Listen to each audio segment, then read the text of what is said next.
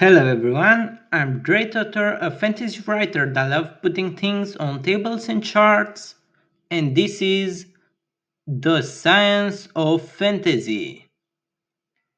In this episode, we are going to talk about different trends that can be seen among the source and channel of a magic system in literature, cinematography, or games, and we'll try to classify them according to different criteria. In the first video of the A Fear of Magic System series, I explained that source is where the magic comes from and channel it what effectively creates the effect.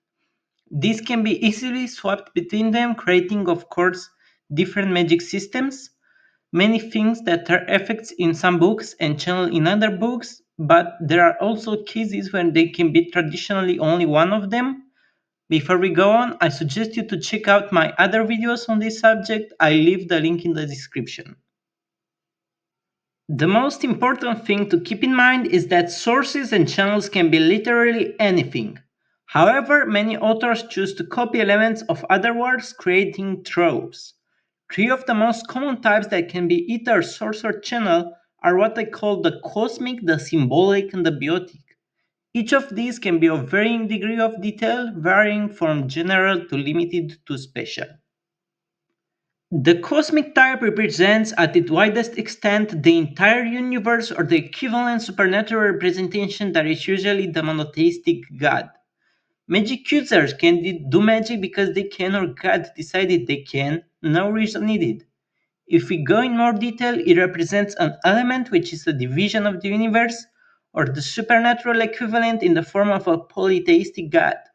Both levels are featured mostly in earlier works such as Tolkien's, in the cosmic form or Iluvatar and the elemental form of the Valars, which are specialized in domains such as air, water, earth, crafting, or hunting. At the lowest level, it can be a simple object that has a cultural or spiritual significance. The crystal globe is a prime example as the crystal itself is associated with clarity and knowledge. The symbolic type is the mirror of a cosmical component in an agreed upon system of communication such as a word or symbol. Mirroring the entire universe is a tricky business, but it can easily imagine some sort of universal stamp or the true name of God that grants its user flexible and miraculous powers.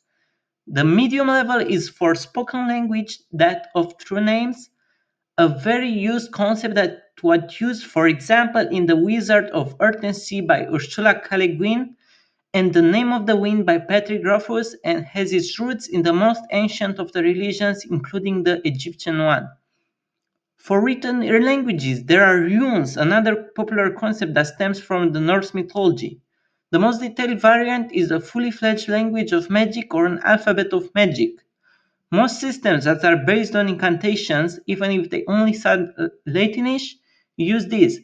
A good example is found in the Ars Magica role-playing game, where spells are a combination of one of the five techniques, which are represented by Latin verbs, and one of the 10 forms, represented by Latin nouns.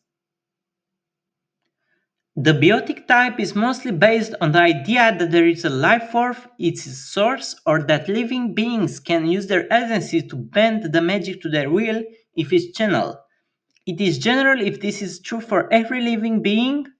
The limited form is that of racial magic, magic that can be done only by a small group of people, and this can be either genetical, meaning a bloodline, or cultural, meaning all you have to do is to join the group. In most media pieces, for example, elves are associated with nature magic, while half demons, also known as tieflings, can control fire or darkness. And what can be more special than the chosen one? Only a few select individuals, seemingly random selected, are enjoying the benefits. This can be also coupled with a limited level if the magic can be transmitted at birth. There are also some types that are consistently used only for the source, and I think the widest known is the concentrated magic. This type assumes that rather than being intrinsic, symbolic, or fueled by life, it is a form of energy. If this energy permeates everything in an area, it creates a magical field. One of the most famous examples is from the setting of Discord created by Terry Pratchett.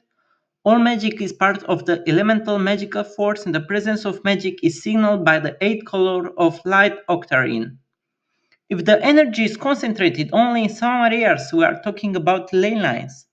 According to TV tropes, the ultimate index of media tropes, ley lines are alignments between places of power, but I think it's easier to picture them like rivers of magic as opposed to the oceans that are the magical fields.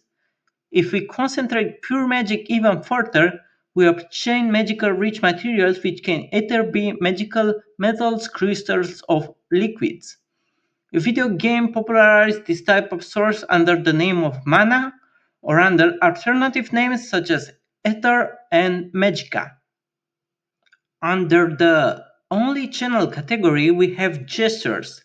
The simplest is pointing to the target of the magical effect. It is a strong visual clue, and for this reason, is used mostly in movies.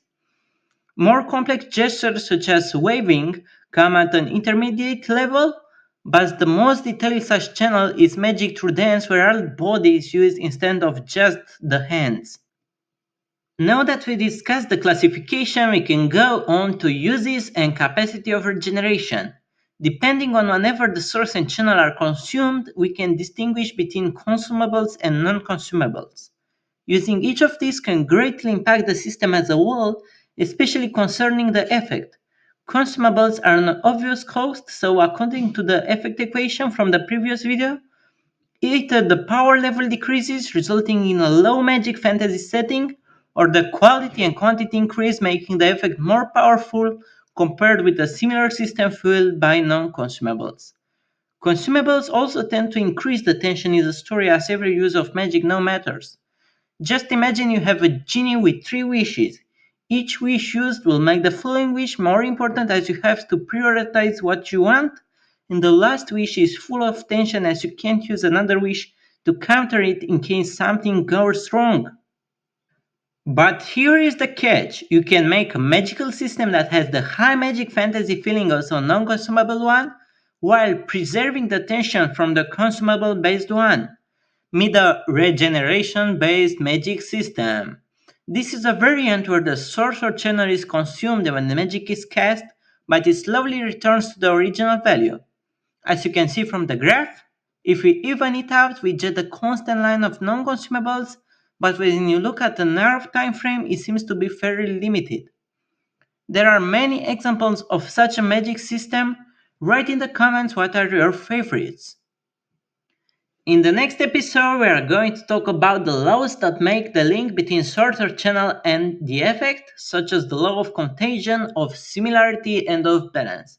And of course, Sanderson law cannot be forgotten in a video about the laws of magic.